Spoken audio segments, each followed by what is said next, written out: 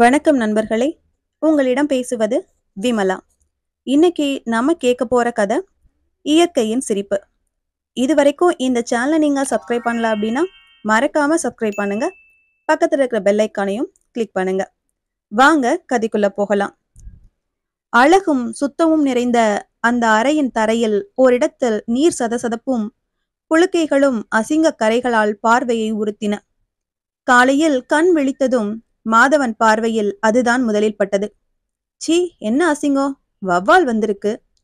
அந்த இடத்துக்கு நேரே உயரே கட்டை வெளியை அவன் கவனித்தான். இப்போது அங்கே எதுவும் இல்லை.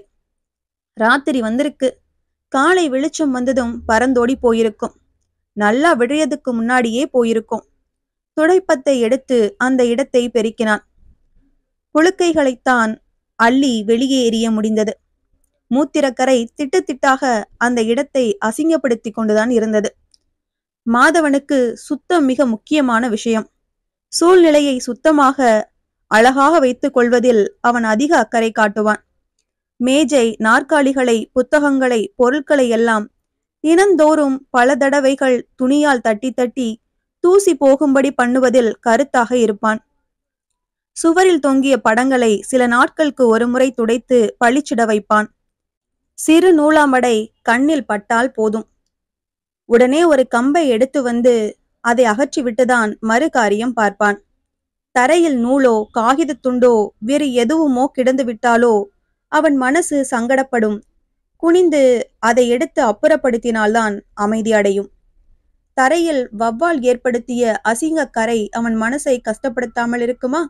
நேரமாக ஆக ஈரம் உலர்ந்துவிட்ட போதிலும் அந்த இடத்தில் வெள்ளை திட்டுக்கள் உப்பு கழிந்தது மாதிரி பரவி கிடந்தன.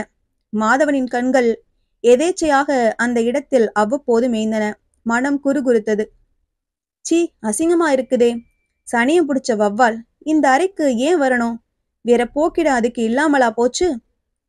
அறைக்குள் வந்து இரவு நேரத்தை போக்கிய வவ்வாலை அவன் பார்க்கவில்லைதான்.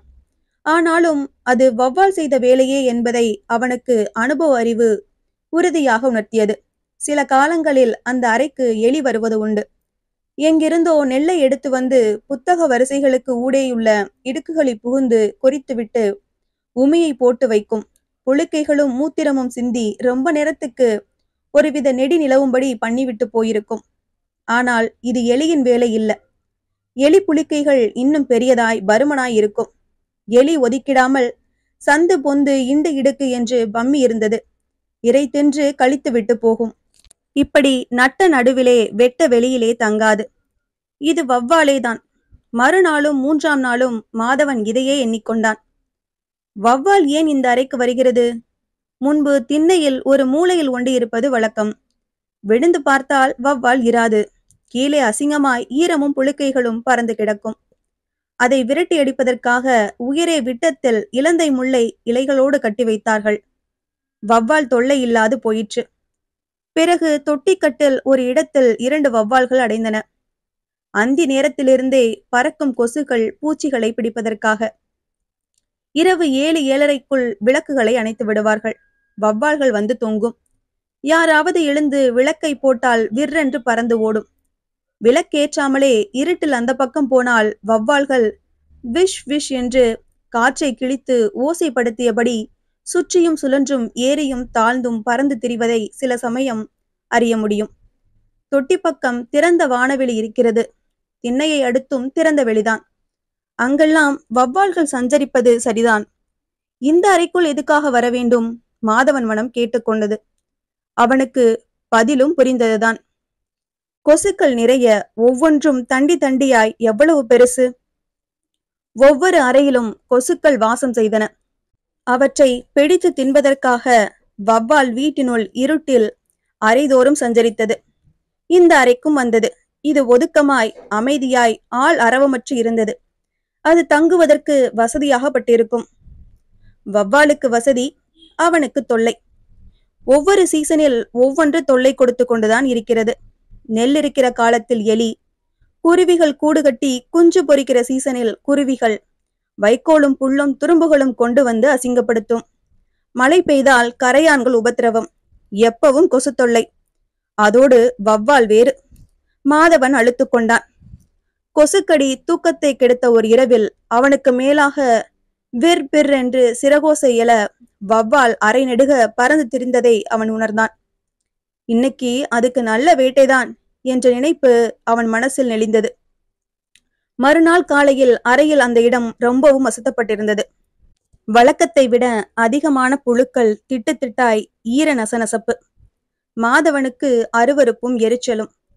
அசிங்கம் பிடிச்ச வவ்வாலை ஒளிச்சாகணுமே என்று அவன் மனம் கருவியது. அது தற்செயலான வாய்ப்புதான். அன்று இரவும் கொசு தொல்லை அதிகம். வெளியே நிலா ஒளி வெள்ளமாய் கொட்டி கிடந்தது. அதனால் கொசுக்கள் வீட்டின் இருட்டினுள் புகுந்து இறைந்து கொண்டிருந்தன. உறங்குவோரை கடித்து இன்புற்றன. மாதவனின் தூக்கம் கெட்டது. ஜன்னல் கதவுகள், அரைக்கதவு அனைத்தையும் சாத்தினால் கொசுக்கள் படையெடுப்பது குறையும் என்று நினைத்தான். எழுந்து அடுத்த அறையோடு இணைக்கும் பெரிய கதவை சாத்தினான். ஜன்னல் கதவையும் அடைத்தான். மனித நடமாட்டத்தை வவ்வால் உணர்ந்து கொண்டதாய் தோன்றியது. அமைதியாய் விட்டத்தில் கட்டையை பற்றி கொண்டு தொங்கிய அது பதட்டமடைந்தது. அதன் பரப்பில் புலனாயிற்று. அது வந்து போவதற்கு உதவும் விசால வழி அடைபட்டு போனதை அது உணர்ந்து கொண்டது. மேலெறியும் தாழ்ந்து தனியும் வேகமாக பறந்த அது தன் முகத்தில் வந்து மோதி விடுமோ என்ற குழப்பம் மாதவனுக்கு ஏற்பட்டது. அவன் விளக்கை போட்டான். ஒளி பாய்ந்து வெளிச்சப்படுத்தியது அறையை. அதனால் வவ்வால் மேலும் கலவரமடைந்தது. வெளிச்சம் அதன் பார்வையை பாதித்தது. அது குருடு போல் திண்டாடியது. சுவரில் மோதி விழுந்தது. உடனே ஜிவ்வன எழுந்து எதிர் திசைக்கு பாய்ந்தது. பெரிய பெட்டி பரப்பிய சிறு நிழலில் அது ஒண்டியது. அப்போதுதான் அந்த எண்ணம் அவனுள் வெடித்தது. இதை சாகடித்தால் என்ன? அடித்து கொன்று போடலாமே. ஒரு மூலையில் சுவரோடு சுவராய் வசமாக ஒருதலை கம்பு இருந்தது. ஒற்றை அடிக்க அவன் அதை உபயோகிப்பது உண்டு. இப்போது அது வசதியாக இருந்தது. தடியை எடுத்துக்கொண்டு அவன் வவ்வாலை நோக்கி நகர்ந்தான். அணுகுகிற ஆபத்தை உள்ளுணர்வால் உணர்ந்தது போல. வவ்வால் விற்றென்று மேலெழுந்தது, பறந்தது. பறக்கும்போது இறக்கைகள் பெரிதாய், அதுவே அளவில் பெரிய ஜந்துவாய் காட்சியளித்தது. குறுகிய எல்லையில் 100 வாட்ஸ் பல்பு மிக வெளிச்சம் கொண்ட பேரொளியாய் எரிந்தது. அவ்வொளி வவ்வாலை வெகுவாக பாதித்தது. அது திசை தெரியாது திண்டாடி தவித்து அலைப்பாய்ந்தது.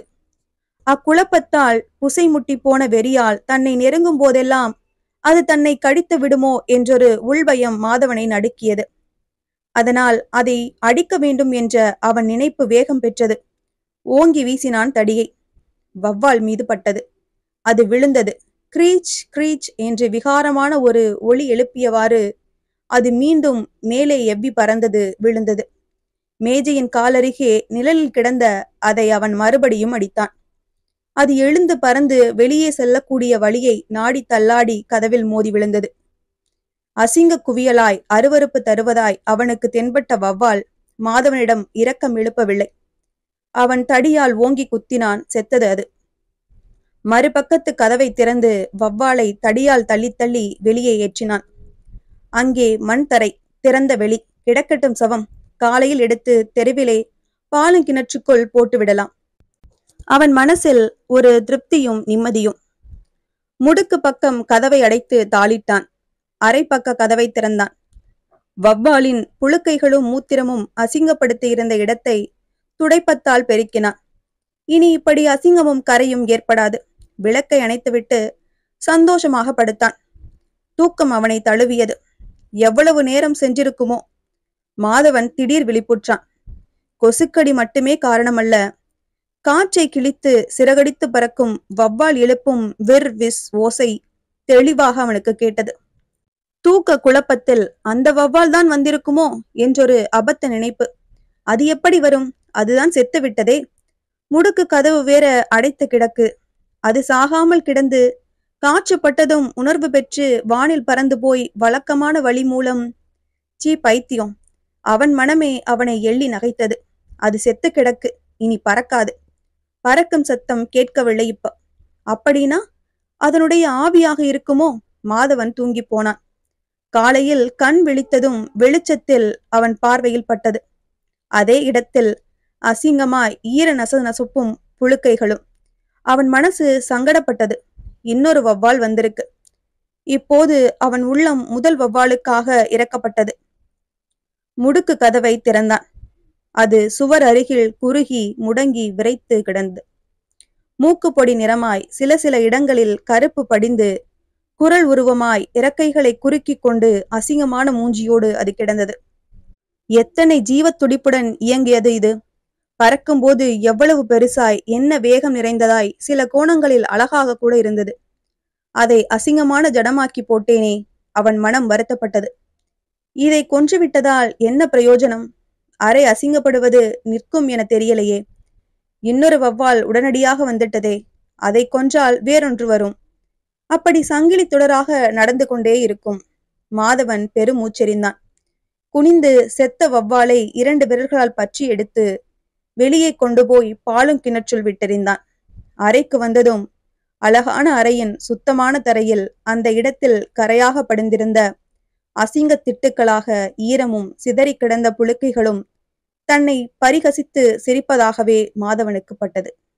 இந்த கதை உங்களுக்கு பிடிச்சிருந்துன்னா லைக் பண்ணுங்க, ஷேர் பண்ணுங்க, சேனலை மறக்காம சப்ஸ்கிரைப் பண்ணுங்க. அடுத்த கதையில சந்திக்கலாம்.